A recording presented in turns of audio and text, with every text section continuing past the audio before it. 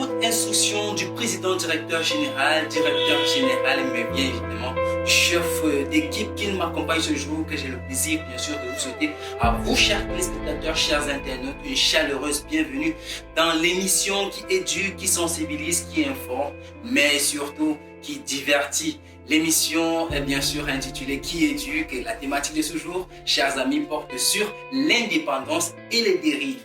Quand on sait combien de jeunes aujourd'hui sont en pleine émancipation, d'où la question de savoir comment définir l'émancipation juvénile dans le contexte actuel. Et bien évidemment, la question est soumise justement à votre appréciation et pour le moment, vous avez l'occasion, l'opportunité bien évidemment de participer à cette émission via bien sûr les numéros qui vous sont proposés au bas de votre classement ou encore au bas de votre Android ou encore de votre iPhone, sans publicité bien évidemment. Alors chers amis, j'imagine que vous êtes confortablement installés. Si ce n'est pas le cas, tirez juste un petit tabouret parce que la crème de la crème, c'est bien évidemment avec la réception d'une superstar, quelqu'un qu'on ne présente plus.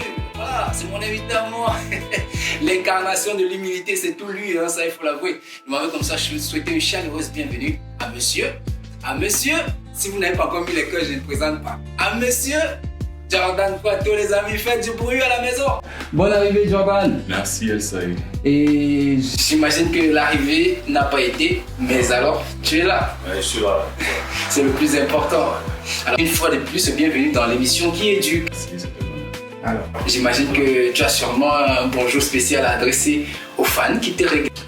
Bonjour chers fans de Qui éduque. Ouais. Merci d'être toujours là, connectés, liker, partager, aussi commenter parce que c'est important de donner des avis pour s'améliorer. Ouais.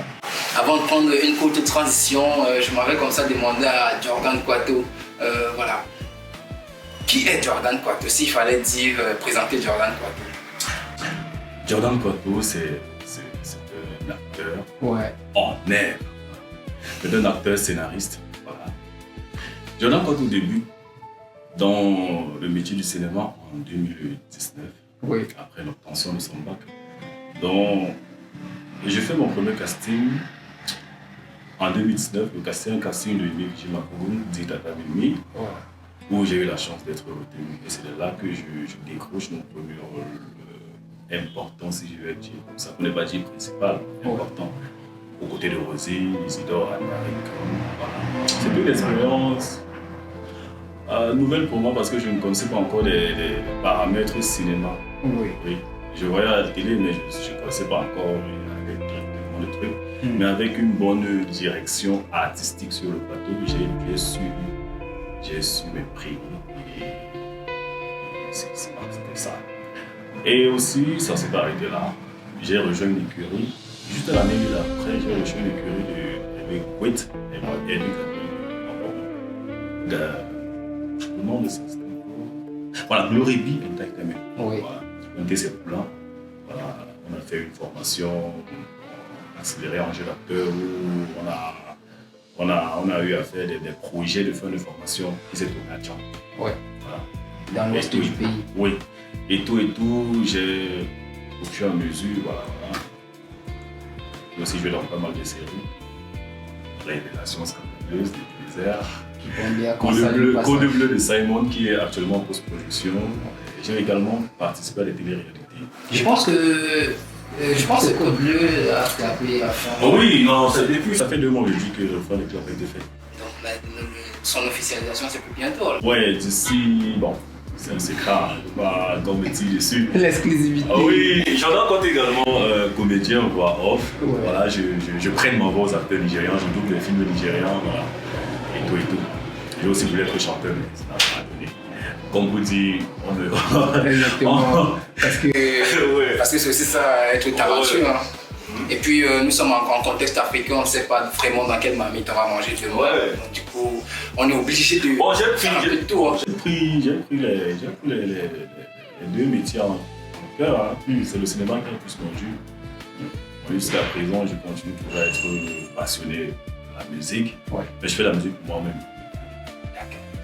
Nous aurons bien évidemment le temps justement d'en parler encore et encore, bien sûr, de toutes ces réalisations, bien sûr de ce parcours qui, il faut l'avouer, n'a pas du tout été facile parce que ce qui est sûr, il y a toujours des murailles. Je vous sens manque. Alors, chers téléspectateurs, pour ceux qui ne sont pas encore abonnés à la page Facebook officielle de notre invité, voilà, faites un tour. C'est Jordan Kwato officiel, voilà. Donc, faites-y un tour et puis vous allez découvrir plein de surprises là-bas. D'ailleurs, moi, j'ai eu à parcourir cela avant justement de produire cette émission où j'ai découvert un autre visage du cinéma. Voilà, on va prendre... voilà, la réalisation me demande de prendre une courte transition.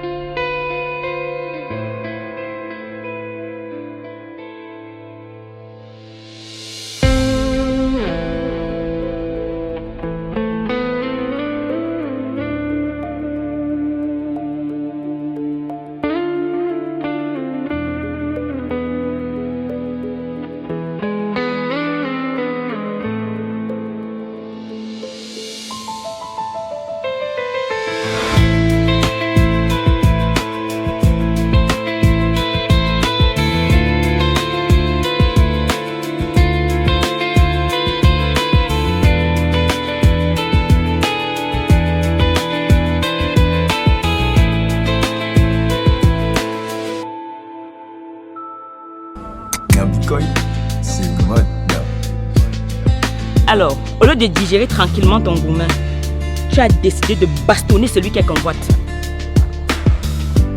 Je vais vous le redire, madame. Vous n'avez aucune preuve de ce que vous racontez. Et je n'ai peut-être aucune preuve, mais j'ai un témoin qui a des preuves contre toi. Vous ne me faites pas peur. Ce n'est pas mon intention, mais une plainte a été déposée contre toi sur agression sur innocent. Je suis juste venue te voir pour te demander de t'éloigner de mes filles et de mon fils. Au cas contraire, tu auras de mes nouvelles. Mais on peut éviter ça. Si on se décide de faire un arrangement à l'amiable.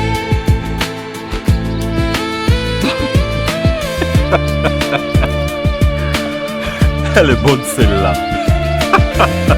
Donc vous avez fait tout ce chemin jusqu'ici pour un arrangement, madame Gobikay. Ngambikoy, c'est maintenant. De retour sur cette antenne, chers téléspectateurs, j'imagine que vous avez donc kiffé cette courte transition. Idée justement de vous présenter en quelques minutes, en quelques secondes autant pour moi, cette page officielle. J'espère que vous vous êtes déjà abonné. Alors Jordan K, qu'est-ce que ça fait d'avoir ce contact, ce lien permanent avec nos abonnés? Ça fait plaisir, voilà, ça fait toujours plaisir d'être vu par un bon nombre de personnes. Voilà. Ça nous pousse aussi à travailler, quoi. Et puis j'ai vu un certain mignon entre les publications. Ouais, c'est un ami, c'est un frère, c'est un collègue. Voilà. C'est pour dire que les rapports entre collègues, on va dire quoi, entre acteurs, dans le contexte actuel au Cameroun, ça fait bon d'y vivre. Oui, ça fait très, ça développe. Oui, bien sûr, c'est un très bon atout même. Parce que aujourd'hui, de nos jours, avoir des collègues, et surtout pas n'importe quel, ça vaut. Alors s'il y avait deux collègues à passer, deux collègues à qui on doit passer les dédicaces, tu penserais à qui? Gary. Ayuga. C'est un collègue, en fait c'est un ami, un collègue vraiment hors pair. Ouais. C'est aussi un jeune producteur, scénariste aussi comme moi, il vit avec nous. Ouais, c'est un acteur francophone, il est aussi francophone. Bon, il est bilingue. D'accord. Et le deuxième acteur? Le deuxième acteur c'est... Bon, pour l'instant c'est lui. Non mais c'est l'équipe qui me donne les instructions. En même temps, je vais aussi créer quelqu'un. Ouais. Voilà, si je n'ai qu'une personne sous la main, je ne vais pas créer aussi la deuxième personne. On va voir si on peut t'accorder une troisième personne. C'est très haute instruction de la hiérarchie. On souhaiterait bien sûr que Jordan K fasse une dernière dédicace à une célébrité. Voilà. Bon, je pencherais sur... bon, c'est pas une célébrité, mais c'est une célébrité aussi, mais il n'est pas tellement connu. Ouais. C'est Cédric Akam. Je ne sais pas si vous le connaissez. Que nous saluons au passage. Ouais. C'est un producteur, c'est un promoteur de projets, d'événements et tout. D'ailleurs, c'est lui le porteur de son événement, le Repassi, voilà, qui aura lieu en décembre. D'accord. Ici à Douala, à la maison de Mbomagi, ici en Côte. Donc la maison 99 Studio attend donc l'invitation également. D'accord. Et puis avant de poursuivre avec ce parcours-là, parce qu'on va appeler ça un parcours, hein, les connaissances, les collègues et tout, nous revenons donc de plein pied dans le vif du sujet de cette émission qui éduque, bien sûr, où la thématique est indépendance et dérive. Lorsqu'on nous voyons dans nos sociétés africaines, parce que c'est pas seulement le Cameroun, hein, c'est un fléau ou bien un fait qui est visible un peu de partout. Nous avons des jeunes filles comme garçons qui sont dans une émancipation terrible, incontrôlée. Nous voyons des jeunes filles à 12 ans qui ont déjà de l'expérience plus que la personne qui a eu à les mettre au monde. Ouais. Quel est ton regard face à cette situation, Jordan Kwato? Bon, déjà, en qualité de ma posture aussi de jeune, ouais. je pense que c'est chacun... Bon, l'indépendance a toujours été un truc que tout le monde va avoir. Tu vois, il y a des... Je prends le cas peut-être, je vais me pencher sur le cas des filles en général, en particulier. C'est un peu un facteur dérangeant de nos jours parce que la fille de nos jours, elle se dit être indépendante, ça fait de moi peut-être une grande femme. Vous savez, aujourd'hui, je ne sais pas si je suis dans la question. Ouais. Vous voyez qu'être femme aujourd'hui, être indépendante aujourd'hui, c'est pour elle être une grande femme. Voilà. Pour ça, il y a certaines filles aussi, aujourd'hui à 14 ans, tu as raison, des 15 pour max. La question est comment est-ce qu'elle fait pour avoir? Et quand même tu regardes même sa situation financière, son état social, quoi, sa famille, tu vois bien que c'est une famille modeste, mais tu vois la fille, elle a 15 Pro Max, d'où est-ce que ça sort?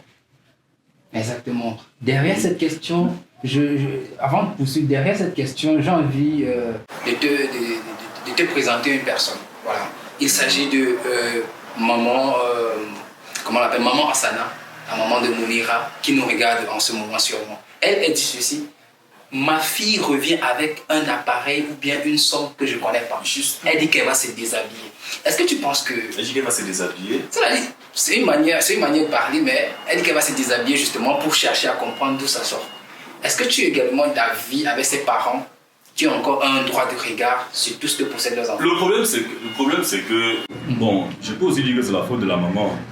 Oui, c'est la faute de la maman, laissez-moi poursuivre. Ouais. Du moment, tout a commencé sous ses yeux, devant elle. Ouais. La fille faisait des sorties nocturnes, tout et tout. Bon, maintenant, pourquoi est-ce que... pourquoi est-ce qu'elle doit se plaindre maintenant lorsque l'enfant rentre peut-être avec une grosse somme et un grand téléphone de grande marque? Et pique la colère. Ouais, elle pique la colère. Pourtant, ça se passait sous ses yeux. Elle n'a jamais peut-être frappé la main sur la table pour dire non, je veux plus ça, je veux plus ça. Au fur et à mesure, c'est un peu comme la drogue. Hein. Ouais. Quand tu commences là, tu peux plus t'arrêter. La fille sortait, elle fréquentait les gens, elle fréquentait. Mais aujourd'hui, maintenant, elle rentre le gars, il supporte. À côté de cela, j'ai envie de savoir quelles peuvent être... Je voulais me poser la question, est-ce que la fille a même un père à la maison? Voilà. Tu sais, c'est même beaucoup plus. Ce fléau touche plus des foyers normalement constitués. Ah, ouais. Non, c'est... Parfois, il faut appeler les choses. Ouais. Non, c'est un sujet, c'est un thème très délicat. Alors, quels sont les facteurs qui poussent les jeunes justement à adopter ces comportements? Il y a la compagnie, hein. Il y a la compagnie, il y a la mauvaise compagnie. Peut-être moi, X peut voir peut-être son ami. Ouais.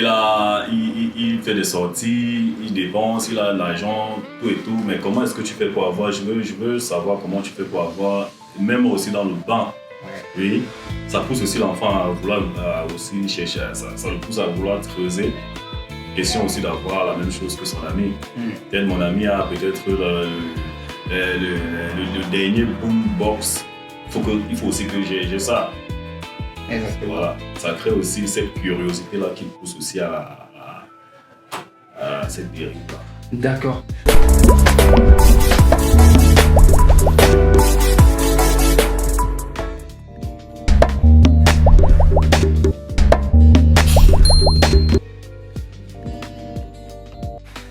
Comment poursuivre cette émission sans toutefois saluer et remercier comme ça tous ceux et celles qui nous suivent à travers la planète. Vous êtes sensiblement 11 000 à nous suivre en ce moment. Merci infiniment, chers téléspectateurs, chers internautes qui nous suivent du côté de Marrakech, d'Abidjan, de Yamoussoukro, de Lomé et même du côté de Cotonou. Merci infiniment à tous ceux et celles qui nous suivent également du côté du continent. Toi-même tu connais, c'est le Cameroun, toi-même tu connais.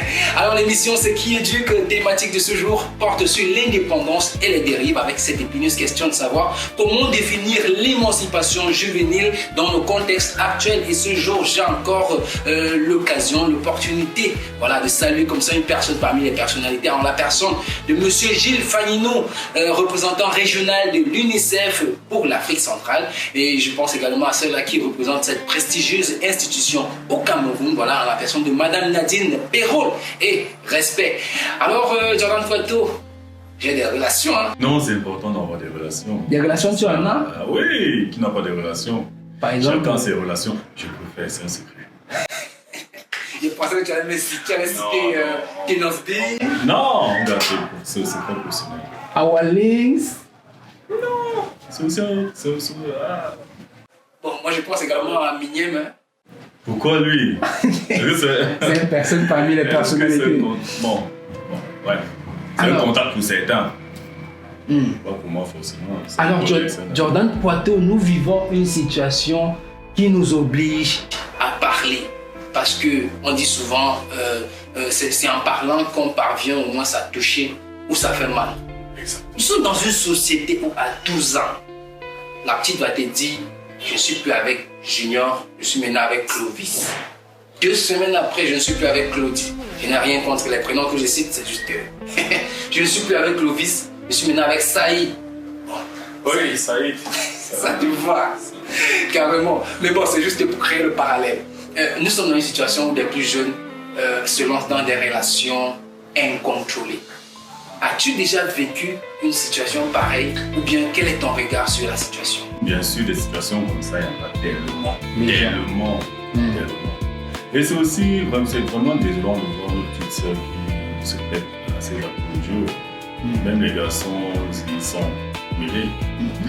Carrément dans mon quartier, il y a une histoire similaire. Un petit garçon qui avait pratiquement 18 ans. Il passait le temps à apporter des cadeaux à sa petite sœur. Il offrait autant pour moi, des cadeaux à sa petite sœur. Et de l'argent, des trucs matériels, même à la maman parfois.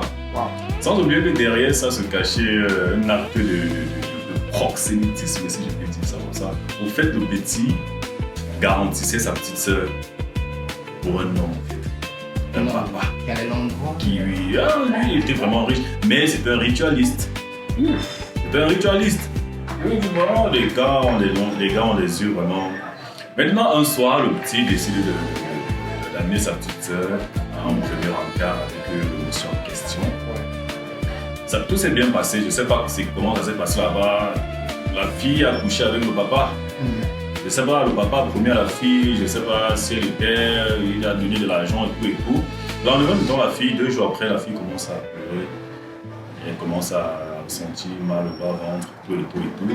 Au début, la maman pensait que c'est un truc normal. Peut-être chez les filles, il y a des trucs, des douleurs, oui. Chez les filles, ça se comprend, oui. Je suis en période. Oui, en période. À un moment donné, la douleur s'accentuait, de jour en jour, s'accentuait. La fille ne faisait que pleurer. Ça attirait l'attention de la maman. Du coup, ça devient inquiétant. Un matin, la fille, en partant uriner, constate que dans son appareil génital, il y a des acicots qui sortent. Vraiment, c'était tout un scandale. Le petit frère et le grand frère, quand il voit ça, il ne comprend pas. Il ne comprend pas. On pose la question au grand frère, qu'est-ce qui s'est passé? Tu es sorti avec ta petite sœur ici, tu es revenu avec elle, voilà, 2 jours après, elle crie, elle a mal au ventre. Et voilà ce qui se passe, voilà ce qu'on voit. Chose qu'elle n'avait jamais auparavant. Oui. Il ne parle pas toujours, il préfère toujours garder le silence. C'est là où la petite sœur, avec la douleur qui était déjà tellement atroce, elle a décidé d'en parler. Elle a dit, bon voilà, Junior, je s'appelle Junior, parce que le nom du garçon, Junior, je préfère Junior. Ouais. Oui, Junior m'a amené voir un monsieur qui nous a promis de l'argent. Il nous a promis de nous donner l'argent à chaque fois qu'on en aura besoin. Et j'ai couché avec lui. C'était tout un scandale. Ça. Et la trace du monsieur jusqu'à présent, on n'a pas pu mettre la main sur cet homme-là. Et le petit, bon, les autorités ont décidé peut-être d'en faire l'affaire. Ah, carrément, c'était tout un scandale. C'est un vécu où j'imagine. Tout ça, c'est la convoitise. Ouais, toujours. Voilà. On dise ça à nos jeunes. Et il y a un adage qui dit si on ne parvient pas à voir ce qui nous plaît, faisons avec ce qu'on a. Ne cherchons pas à avoir les longs yeux et tout, parce que ça conduit vraiment à certaines choses qu'on peut regretter plus tard. La convoitise, c'est une très mauvaise chose. Exactement.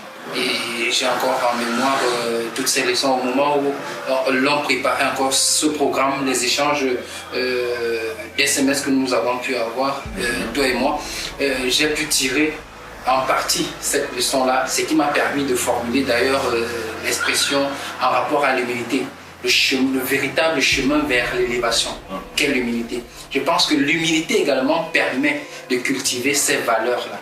Donc c'est une autre façon pour moi, chers téléspectateurs, de vous inviter à suivre notre invité du jour, Jordan Kwato, à travers ses réseaux sociaux. Je pense que vous allez vraiment tirer des leçons indispensables. Parce que c'est aussi ça, l'émission qui éduque, qui sensibilise, qui informe.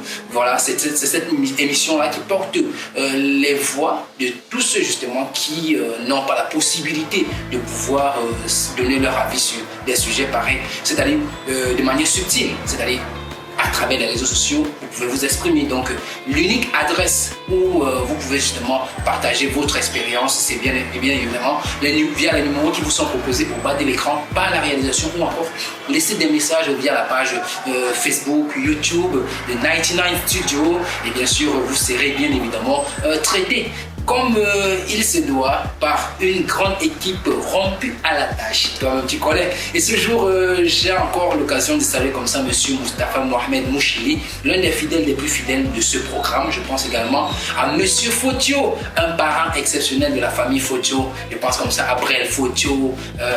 Je pense également à Nelson Fotio. Bon, faisons un clin d'œil à Ligne Fotio.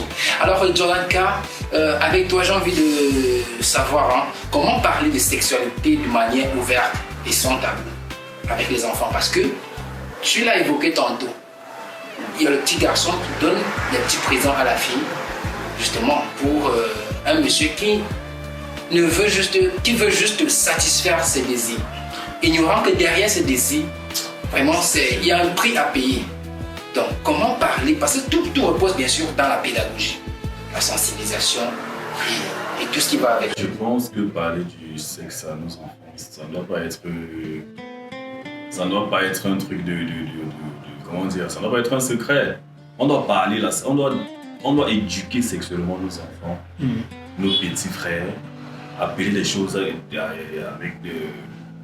excusez-moi l'expression, appeler les choses telles qu'elles sont. Appeler le nom du oui par le oui. Oui. On doit vraiment parler de sexe à nos enfants, arriver même à montrer comment se passe l'acte sexuel.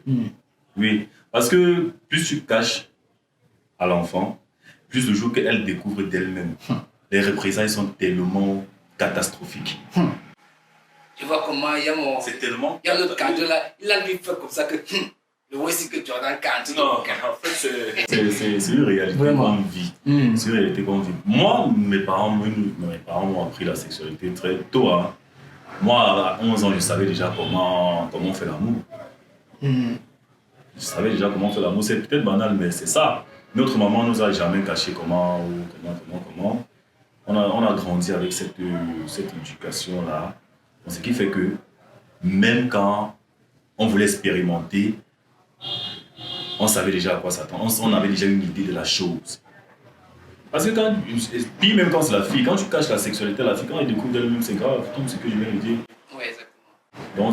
Donc on doit parler du sexe à nos enfants de la plus bonne des manières. Et c'est pareil également pour les jeunes garçons, parce que on va pas trop tirer uniquement sur les jeunes féminines. Les garçons sont dans un mode challenge. Je suis avec la brune aujourd'hui, demain je veux quelque chose qui est un peu noir, je veux un peu voir à quoi ça ressemble. Est-ce que le garçon ne devrait pas également avoir une certaine attitude? Ça, le garçon, ça se comprend. Ouais. À chacun. L'homme est nature. Non, à chacun c'est fantasme, à chacun c'est désir. L'homme, ça se comprend. Ou bien alors, je sais pas, à un certain âge. Non, moi je me dis, puisque là nous sommes beaucoup plus.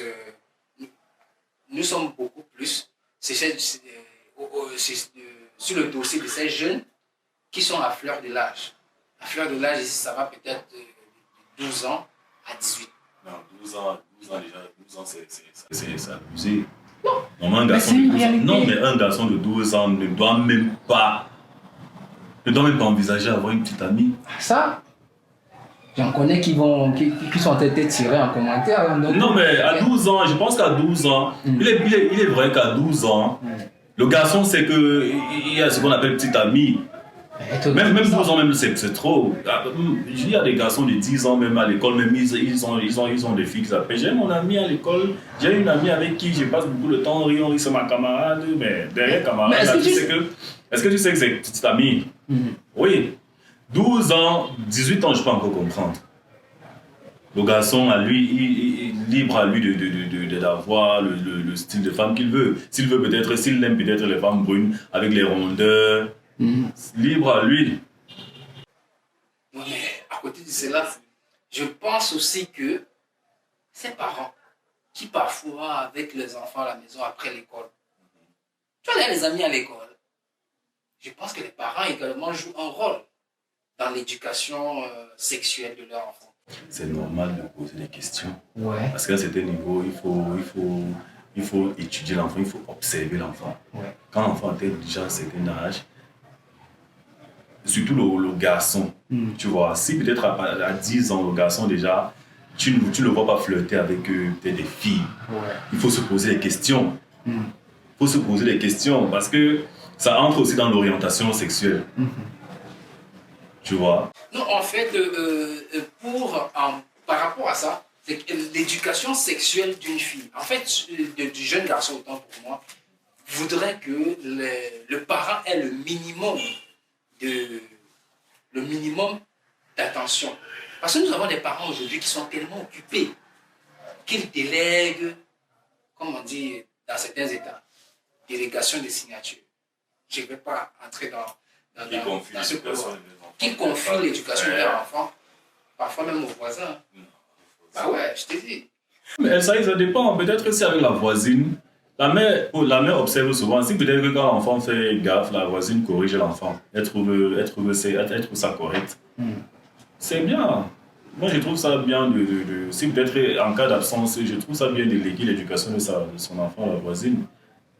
Bon. L'éducation, voilà, il faut de tout. Hein, pour chacun a son avis, en fait, partagé sur cette thématique, sur la question. Et vous êtes très nombreux, chers téléspectateurs, tout comme notre invité, à donner son avis. Et les avis, justement, sont à respecter vraiment. Et il faut avouer que la thématique, au moment où ça a été pensé, ça tire plus son sens au regard de ce que l'on voit, de ce que nous vivons au quotidien. Et le rôle des parents est clé, est primordial. Donc, d'où la question de savoir comment impliquer donc la communauté. Retour sur cette antenne, chers téléspectateurs. Merci infiniment à vous qui nous recevez à travers la planète et j'imagine que vous êtes confortablement installés. L'émission poursuit son bonhomme de chemin. L'émission, c'est Qui éduque. L'émission culte, le rencard du moment, qui éduque, qui informe, qui sensibilise et bien évidemment, qui éduque. L'émission est disponible sur toutes les plateformes digitales, voilà, notamment YouTube, 99 Studio ou encore écrit via le numéro qui est affiché au bas de l'écran pour en savoir un peu plus. Question de partenariat. Parce que vous savez, El Saïd doit toujours être chaud, fringué. Pour ceux justement qui souhaitent habiller El Saïd, merci beaucoup de réagir. Ce jour, j'ai le plaisir de recevoir une figure du cinéma, voilà, étoile montante du cinéma camerounais africain. Voilà, à la personne de Jordan Kwato, avec qui je reviens avec cette question de savoir comment impliquer la communauté et les institutions dans ce travail éducatif.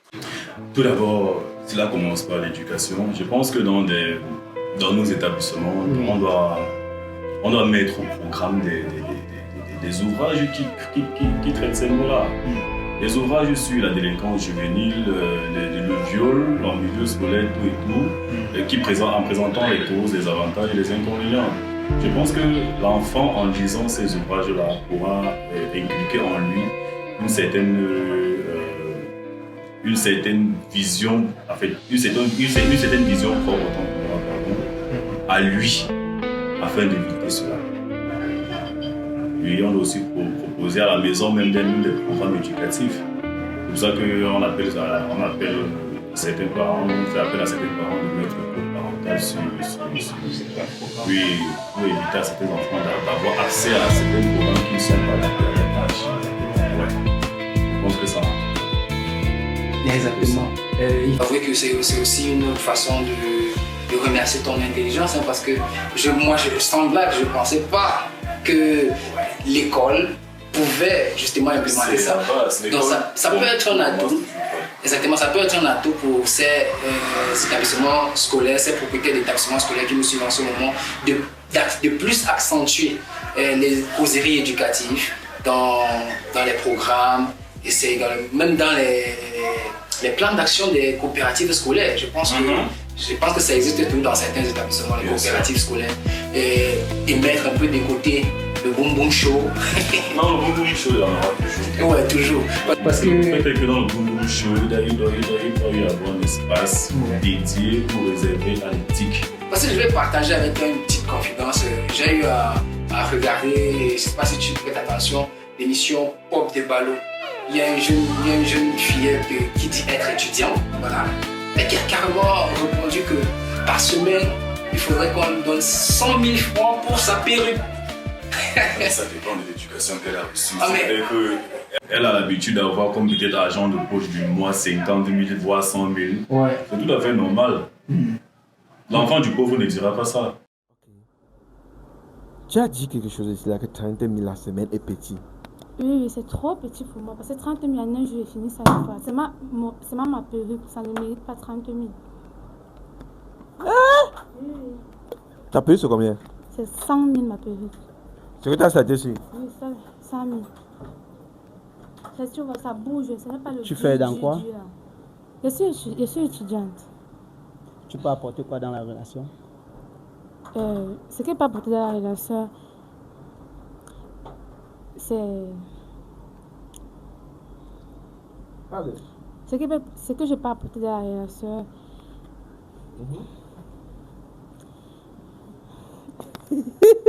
Ok, vas-y.